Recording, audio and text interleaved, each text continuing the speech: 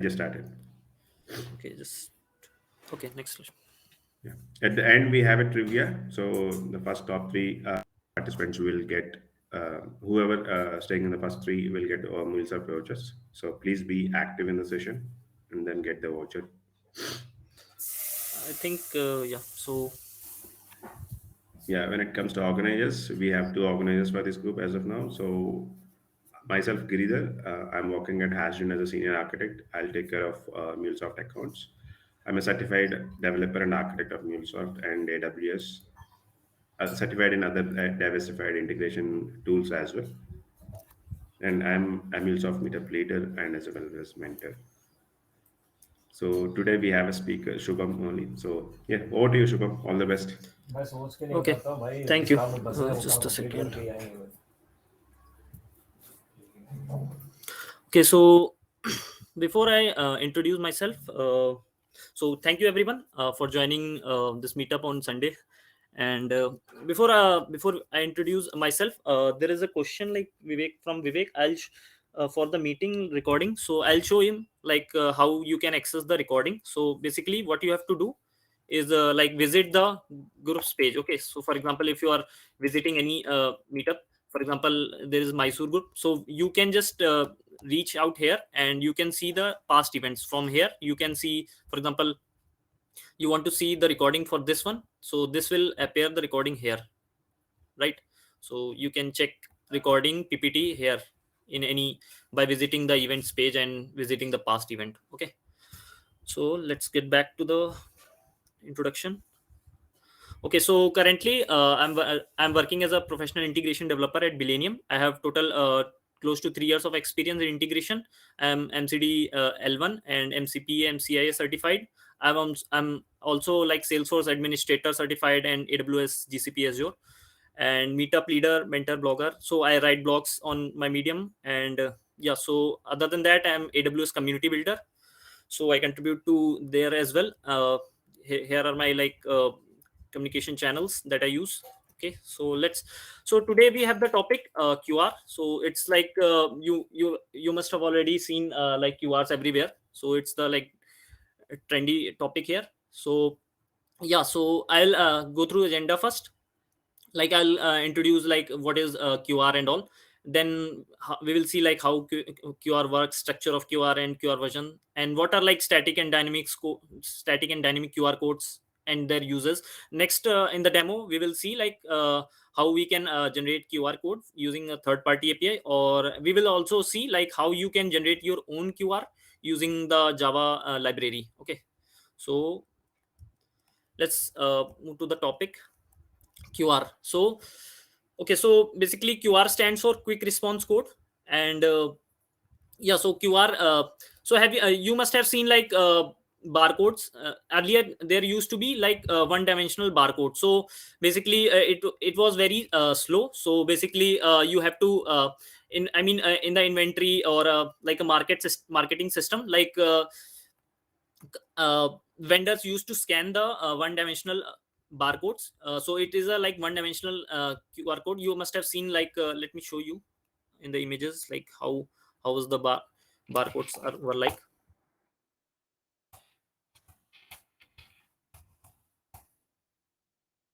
So you can see like these vertical lines. So these were the barcodes that people were using earlier. So it's the issue was that like it used to store only very less information, and it is a like one dimensional scan only from top to bottom. So this was the issue that many much information cannot be stored here. So with that QR was introduced. Okay, so it's a like two dimensional barcode, and it was created by the Japanese corporation Denso Wave. So it is created in 1994.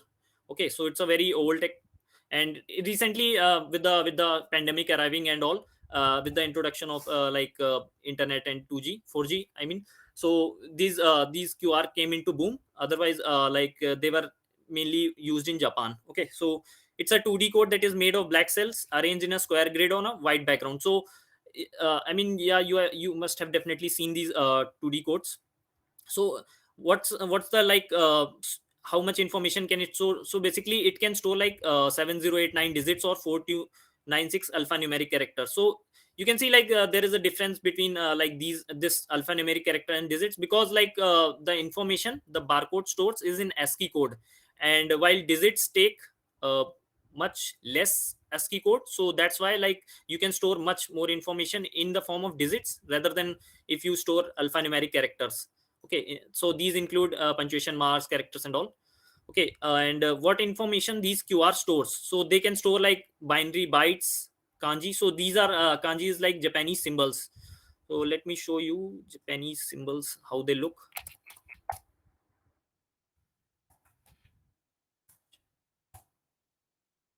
So like these are the codes, these are the kanji codes that you can even store in QR code. So these are like generally used by Japanese, because they are this is the like their type of language. And yeah, so what more information like binary bytes, kanji, and these are digits and alphanumeric characters. So these are the four things that we can store in the QR code. Okay, so these are less frequently used, these kanji one, and these numbers assume the lowest correction level. Okay, a QR code cannot hold enough information to encode a complete image. So basically you have seen like whenever you scan a QR, you must have seen like a text or a link. Most often it is used to save a to redirect to a link. Okay, and so it cannot store a so if you want to store an image, you cannot store it because it includes a very large information. Okay, so if you convert it to binary code, it will come out to be more characters than the limitation we have. Okay, so that's why we cannot store a complete image in a QR. Okay, let me maximize this. Okay, so how like QR works? So basically if I go like quickly introducing about QR, like it's a black square and the dots which represent pieces of information. So these squares and black dots includes the information. These they store the ASCII code behind the behind this. Okay, when scanned, the unique pattern on the QR translate into human readable data. So basically it's like you can only read it through either a QR scanner or a mobile device. So it's not like we can decrypt the information that is stored here. But there are some videos that tell them like that explains like how you can decode using manual. Like you can write down and you can manually decode the information that is stored in the QR. Okay, so data is encoded using binary encoding, as I told. Like each tiny square represents zero or one. Okay, so there are let me like explain you how this structure of QR is formed. Okay, so there consists of like seven different parts in a QR code. Okay, so like there's one quiet zone. So basically you can see like this is the quiet zone. This is one second. Okay, so this is used to like distinguish the QR code from any other piece of informations. For example, uh, suppose a QR is printed on a newspaper, and there is like all this black and white print information. And so you want to distinguish from that black and white information. So that's why like this quiet zone is kept here, so it can be distinguished like this is a QR or this is a text and all, this is the other information. Okay, and yeah, so in order to distinguish the QR code from its surroundings, so that's why quiet zone is vital.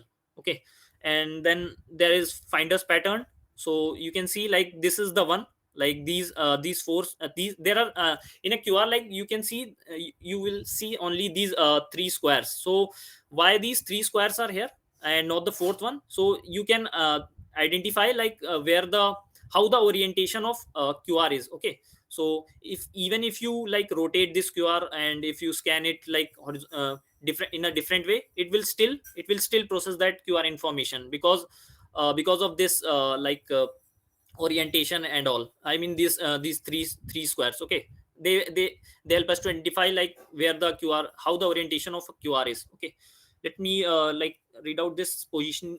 So these are the positioning detection markers. So it's able to detect the so the QR scanner will be able to detect how where is the positioning of the QR. Okay, the also like using this you can identify that this is a QR and not an Aztec code. So it basically it looks very similar to this. Let me show you in the the images code.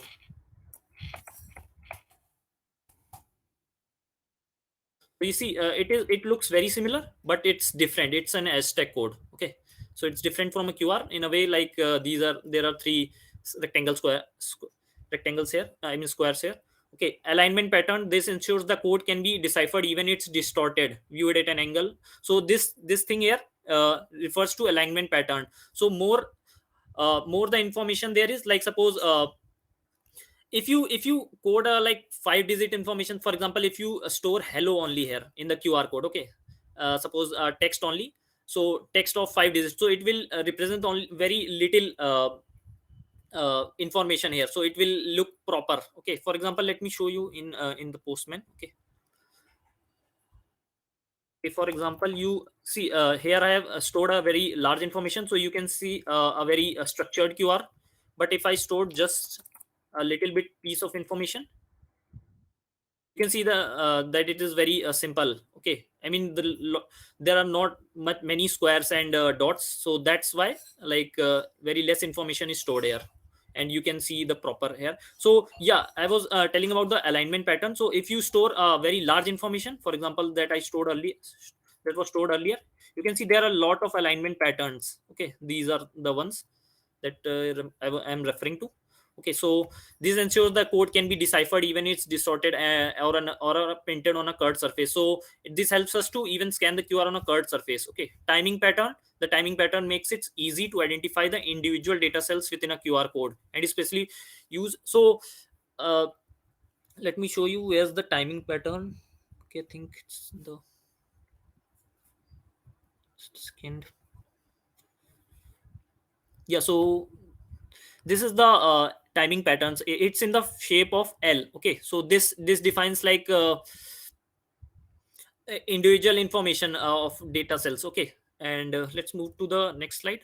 Okay, and the other information that we have in a QR is version information, data cells, and format information. So I'll not like read out all the information. You can understand like data cells are, these are the ones like all the information here, these are the data cells. And version information is basically like let me show you like so this part here of a QR code represents the version information. Okay, so it tells us like which version of a QR code is. I'll show you like how many versions of a QR code is, and how what defines these versions. Okay, so you can even store the logo in between a QR. You may have seen like let me show you one example. So as you can see, like okay, like this is a QR that holds the even a logo.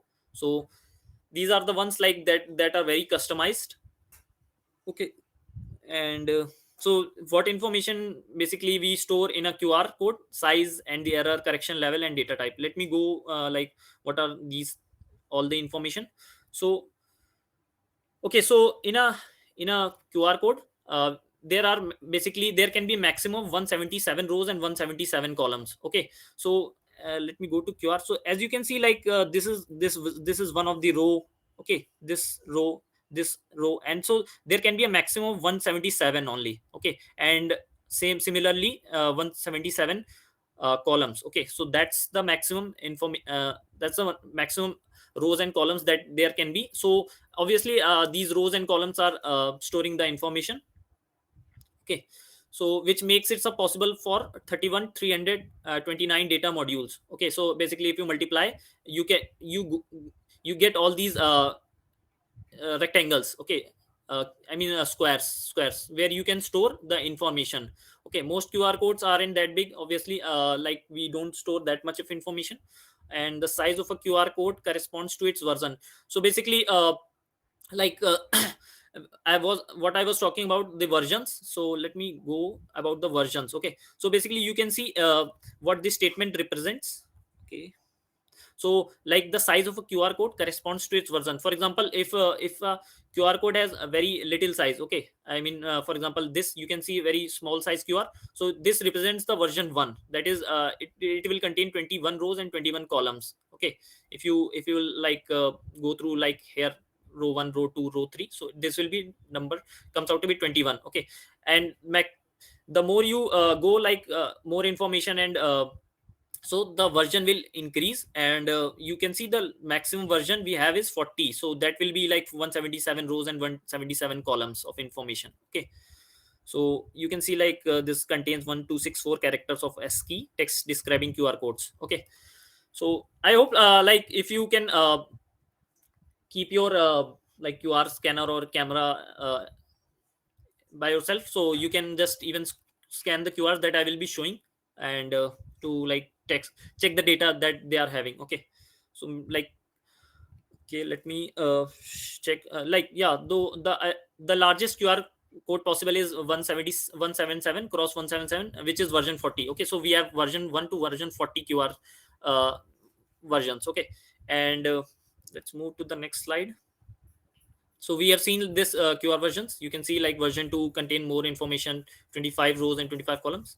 Okay, now let's talk about the encoding that we have in here. Okay, so basically if you we are storing, as I told you like in the previous slide, that we have binary encoding in these QR codes. Okay, so if you use the numbers, then it will take like 10 bits for every 3 digits. For example, the maximum we have 3 digit number is 999, right? So we will have 10 bits of information for that. That's why like you can store more numerics. You can see like 10 bits, it take only 10 bits per 3 digits, but while for alphanumeric we will have to I mean keep 11 bits per 2 characters. Okay, that's why like you can store less number of alphanumeric characters, that is exactly 4296. And you can store byte and kanji that I told you, like so these will be more this will take more size and less information. Okay, so let me like go through like how the QR scanner works for scanning a QR code. Okay, so basically it starts from here. So and first will be your encoding pattern, like how's the encoding done here, like if it's a numeric encoding or alphanumeric encoding or byte encoding. Based on that, then we have message length. So basically it will scan the information in this way. Okay, like going through here and here, and all this information is scanned by a QR scanner in this way. Okay, let's move to the QR code error correction levels. Okay, so see even you may have seen like if when you scan a QR, it quickly scans. So I mean, without reading the whole QR, it can scan the information. Why? Because QR contains like extra information. So for example, you can so this is the number like 30%. Just give me a minute. Yeah, so what it says, like even when damaged, the QR code structure can okay, so QR code structure like include duplications. Okay, so to for example, if a QR code is damaged, you can still scan that QR. So that's why like you include the QR code includes the duplication. Okay, so if you even remove this much of information from here, like if it's damaged or a like like worn out. Okay, so you can still scan the QR and you will get the information, because of this error correction level and the deduplication that is being done. Okay, and yeah, so what is this error code correction capability? So to restore the data if the code is dirty or damaged. Okay, so encoded in a QR code is one of the 4 QR code error correction levels. You can see like this is here is one of the correction level that the QR code has. So if you increase the if you increase this error correction level, it increases the error correction capability, but also increases the amount of data QR code size. So basically if you increase this information, like the deduplication part, it will increase the size as well. Okay, and so we have 4 error correction levels here, like level M, L, M, Q, H. So let's not dive into that and move to the second part, like dynamic QR codes. Okay, so whatever QR codes you have been scanning, like basically most of them are like static QR codes. Okay, so they hold the static information. For example, if you are scanning a QR code at a shop at a shop, so they contain static information, right? They cannot if you want to change the information behind that, for example, suppose you are scanning someone's UPI QR code, okay, so that is fixed. But if you want to suppose scan the same QR code but want to change the UPI that is encoded behind that QR code, so you cannot do that with static QR code, but you can do that with dynamic QR code. Okay, let me explain what QR code is. So it's like QR code whose encoded information can be changed after creation. So right, but with static you cannot change the information that is behind encoded in that. Okay, so how you create these dynamic QR codes? That's because the information encoded in a dynamic QR code is short redirection URL. So what it means, like it will redirect to the to a URL which where you can like change the information. For example, you have created a website, okay, you can change the content of there. And so basically whenever a person scans that dynamic QR, it will only show the latest information, right? So it the yeah, I mean it's understandable, right? And yeah, so that means a URL that redirects to another URL, what's called a destination URL. So what is the benefit and like disadvantage of that? For example, a static codes you can scan offline, but for dynamic codes you have to be redirected to a URL. So you this thing dynamic URL cannot work with a without a internet. Okay, so that's one of the uh, disadvantage of a dynamic QR. Okay, that's why you have seen for offline stores you will see only static QR codes. Okay, okay, let me read out this information as well. On the destination URL is the content. Okay, so you can change the content anytime.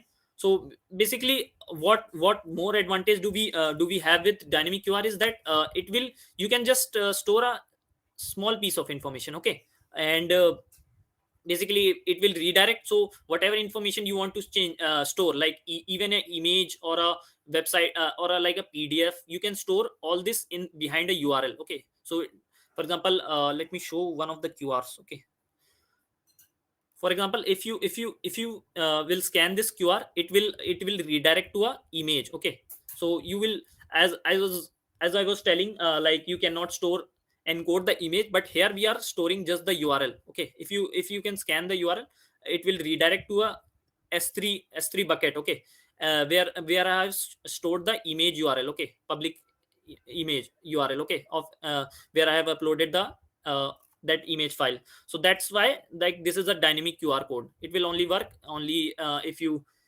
have the internet. Okay, because it will be redirected to one of the URLs that we stored here. Okay, let's go back to the slide. Okay, that content can be changed entirely without having to change the QR code. That's the benefit here. So if you want to, if you suppose you have information that you want to store in a QR, that is like that can change anytime. So you should be using dynamic QR code. And this setup is allowed dynamic QR code tracking or scanning your usage, which is crucial. Okay, so this I mean the applications of dynamic QR is such that like even you can do all of these things. Like you can store how many times your QR code is scanned. Okay, for example, you want to know how well your marketing is doing. Okay, so whenever a person scans your URL, a counter will increase. So that you can do with only dynamic QR code. Okay, and yeah, so what are some of the uses that QR code with a QR code we can use, like or augmented reality. So let me read out what's so with QR codes. In some of the like QR codes are used in some augmented reality systems to determine the position of objects in three-dimensional space. So as I told you, like you can even use this QR to identify this I mean positioning. Okay, because we have this positioning marker as well there.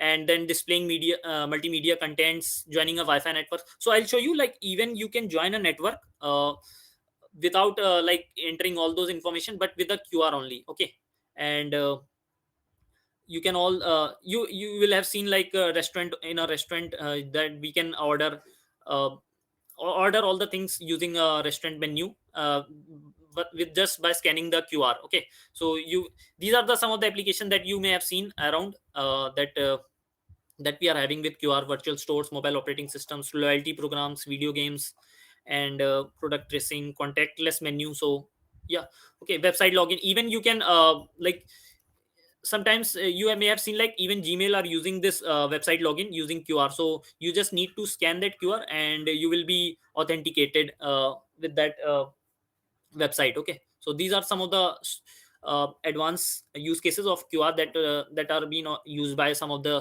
organizations.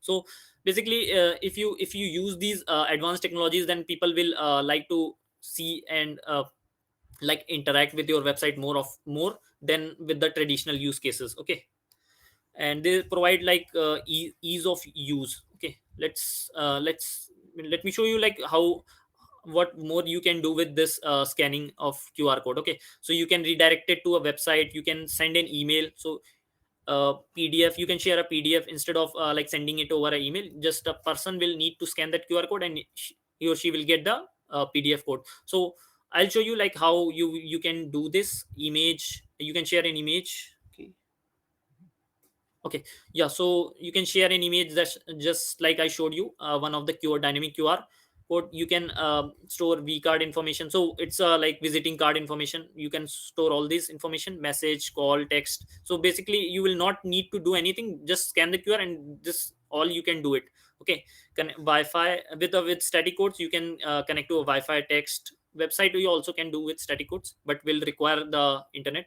And you can even accept a payment using crypto. So you must have seen the QRs, for example, in the shopping websites. Whenever a person delivers something, you can directly pay them through the by scanning the QR only. Okay,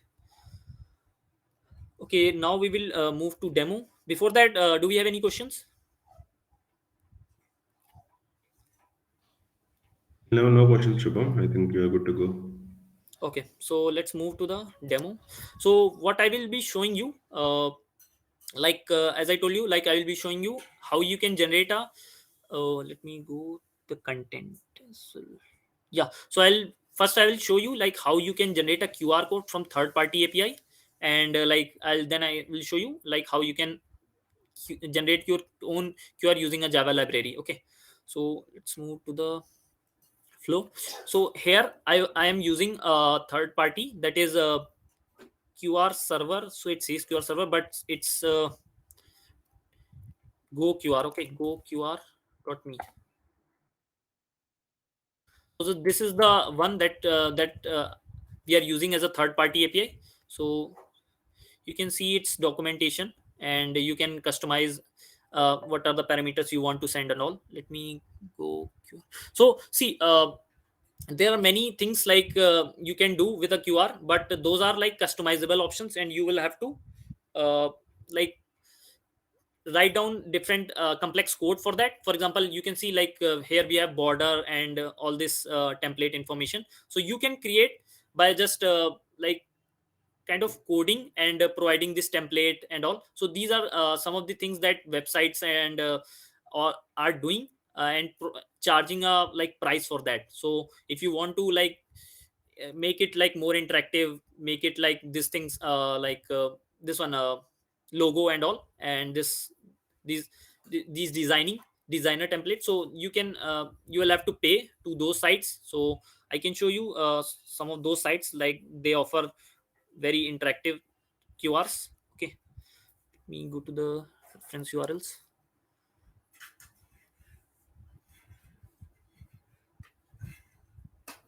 Okay, okay, okay.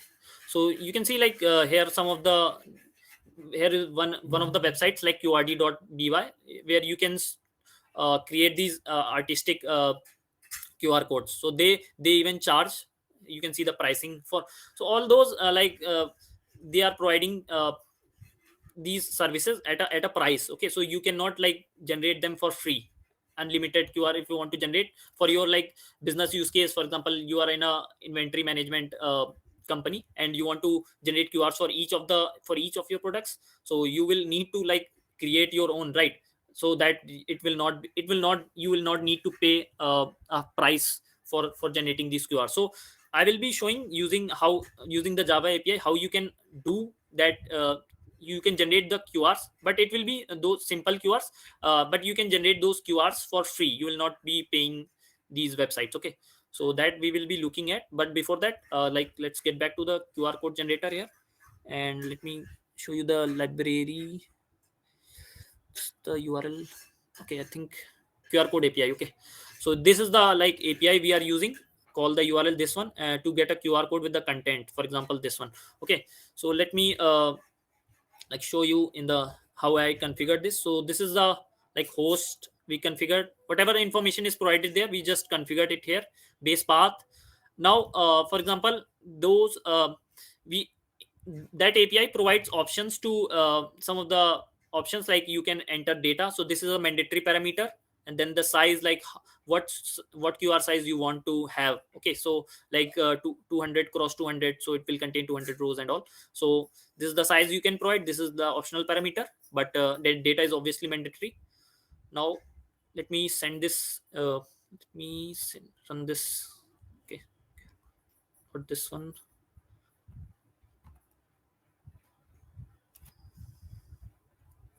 So this is even you can test this out even in a postman. Okay, in the postman, and you this is the like path they have showed like slash QR code. Okay, we go back to the API. You see like QR slash QR create QR code, and these are the query parameters that you need to pass: size and data. So size obviously not mandatory, but the data part is mandatory. You can even generate color QR codes. So you have the documentation here, you can read out and use that service. Okay, so these are the some of the parameters that we can pass: background color and data size. Okay, this is easily understandable using the documentation. I will share this links. You can see I have stored this one information as well, the API documentation link. Okay, I'll share that. Let me share that as first. Okay,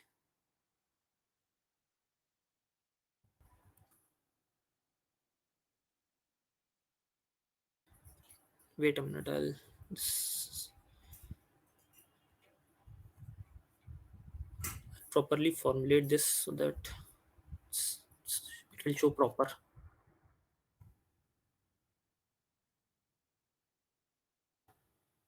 Okay,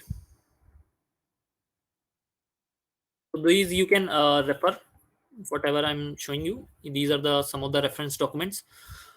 Okay, so let me see like the if the application our application has run properly. Okay, so you can see like we have properly ran the application. Then see the endpoint we need to call slash API slash QR code. Okay, let's get back to here. Okay, so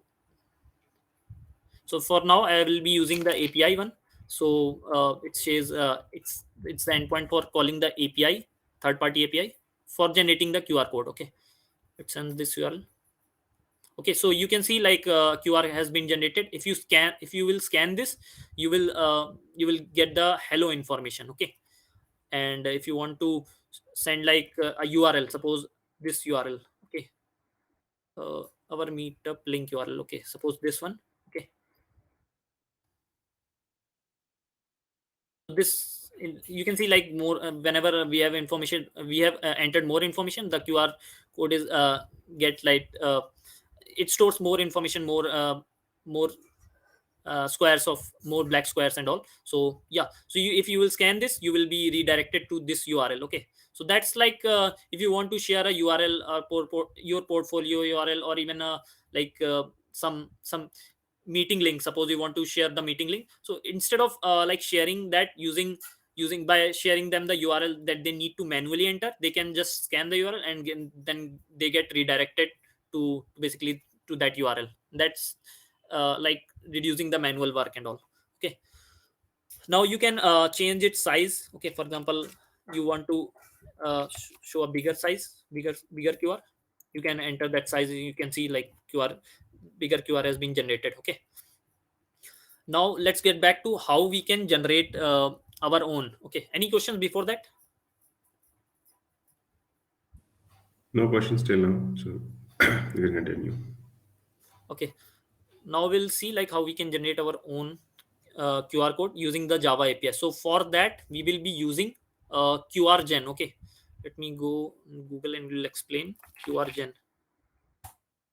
So we are using this library. It is created by Ken Gleckson, and yeah, so we are using this library for creating the QR codes. Okay, and you can see the documentation and the dependencies that you will need to provide. I'll show you like how we'll need to do. Okay, so first, like, create new project and configure this listener. So yeah, so this that's like understandable. Then you need to go to POM and add this dependency. Okay, so I have created a documentation like how you can all this information like you can find in the first link here, that I have created documentation for that, like all. And yeah, so you first add this dependency.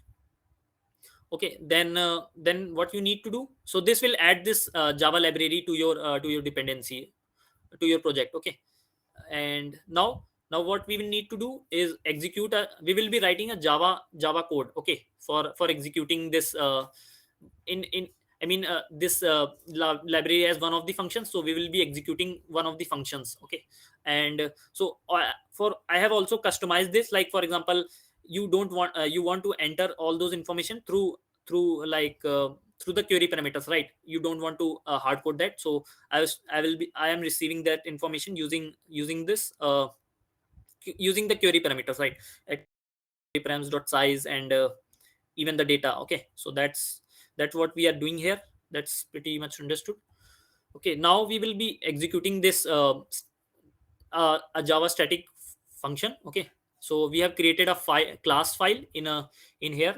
Like you create a package, then you create a Java file. Okay, let me show you like how you can, like if you go to, you create a package, then you go to Java class file.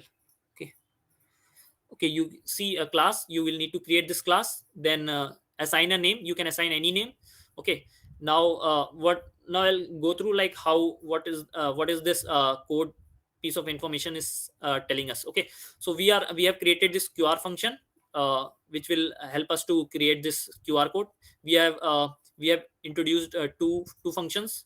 Like this is the library that we have imported in here in the pom.xml, and we are using this libraries functions. So we are using two of those two functions from those classes, like QR code and image type. So this will help us to generate the QR code and then image type. So basically it will help us to determine what kind of image type we require, PNG, JPEG. So we can generate in any format. Okay, using this. Now file. Okay, so what we are doing is also using the file library of our Java. So okay, now we have created an object of file class, then QR code. So this is what it is coming from this function. And we are creating QR code from this data that we are receiving through parameters. Okay, so I'll show you like how you can configure, how you will be calling that this using invoke static as well. Okay, now row r1 c1, so this is for the size parameter. Okay, and so yeah, so QR code from data to image type. So this clearly explains like what we are doing, creating a QR code from this information to this image type to PNG format. You can also externalize this as well. Okay, by passing a parameter here and adding that here. And with size, so this is the function we have to provide, and then file. Okay, then so we have created that QR code file. Now we need to name it. Okay, so we are naming it as using string file name, and then basically saving that file in a particular path. Okay, we need to save that in somewhere, right? So we are using the path function for that, and it says like if files exist, so delete that and replace this with our newly created file. And then copy, using copy function, we are just pasting that file into that path that we are having. Okay, so that's the pretty much the code says. And yeah, so now we will get back like how we need to execute this. Okay, so you need to invoke a static function. So you will need to use this connector invoke static. And you can basically if you search class, your class newly created class will show here. And the same, if you refresh, the method that you have created in the class will also appear here. Okay, and for that you can see like you need to provide three parameters. You can pass that using the arguments. Okay, that's pretty much understandable. And yeah, so what, when you will execute this much part of code, this much part, this will generate a QR code and save it in your this directory. Okay, it will log that directory location. So what I'm doing is, in the code I am also like returning that path where our QR code is saved. Okay, so that we can use to even read that file. Okay, so what this part of code has done, like created the QR code and save it in some of the in some place. Okay, now we need to read that, right, to show it to user. So we will use the read function for that. And we have configured this configuration here, like it will store the, it will, so I'm not using any like hard coded values, so like for example C drive, then drive and all. So it will basically we are using the inbuilt uh, functions here. So for example mule.home, so basically it will fetch out for us the where the image has saved. Okay, it automatically will, we will not be needing to hard code that value. And that slash bin, or that's understood. Okay, yeah, so now after slash bin, our you can see like qr code.png, that the file name we have used here. Okay, qr code.png. So it will fetch out, it will read out that value, that file using the read function. And also like we have if you will normally use, it will not show the image. Okay, in the postman, or even in the, like here you are you are seeing the image, right? But if you are with not using proper mime type, it will not represent the image. Okay, it will show some binary code information or and all. Okay, so you have to change the mime type to image slash png, or if you want to show the jpeg image, you can use that image slash jpeg mime type. Okay, now I'll show you it's running. Now I'll hit that java api. Okay, this one I will execute this this part of flow. So it says like java qr code. Now I will hit that url. Okay, so we are not using any third party library. No, we are using the java library. Okay, let's hit this url. Okay, I'll show you this one in the browser. You can see like a qr code has been generated without using any third party library. We have used java for generating this. Okay, now see like where our qr code has been generated and saved. Okay, it's logging binary. Yeah, so if you will go to this location,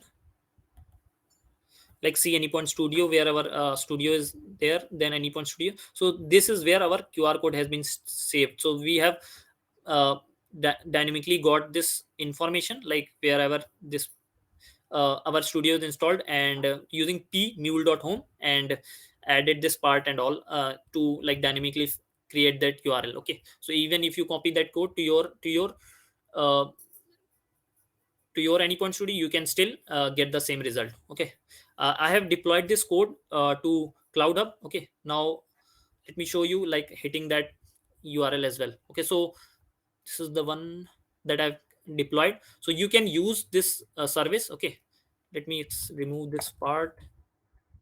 Test. Okay, so you can just call this, will not, let's use this java one. Okay, so you can just use this service to create static codes for your business or your use case. Okay, so for example if you are taking creating business orders, right, for each of the product, you can just call this api, pass that function, maybe invoice number and all. And that you that will that way your qr code is generated, and you can store that information and all to identify that product. Okay, so let me send that information. Okay, so you see qr code has been generated. So that's the pretty much information that I wanted to share, how you can generate qr code and all using your third party api or using java. So any questions? Yeah, Shubham, there is a question from Anusha. The maximum size is 177 by 177. So can we create more number of rows as you have mentioned now? No, the maximum we can store is 177 cross 177. So that's the like one created by the organization itself. So yeah, this is the maximum we can store this piece of information. So anyone have any questions? If you have any questions, please let us know. We will enable the mic if you want to speak.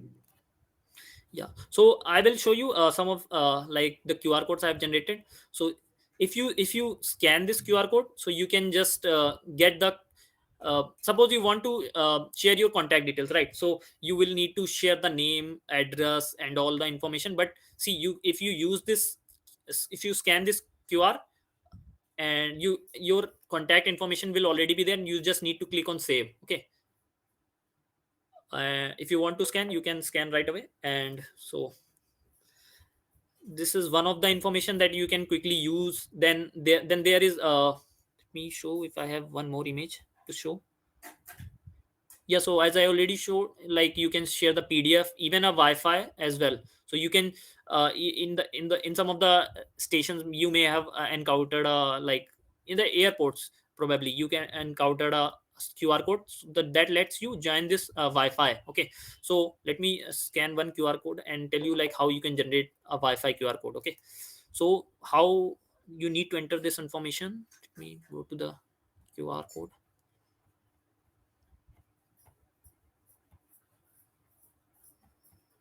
So these are the customizations. Wait.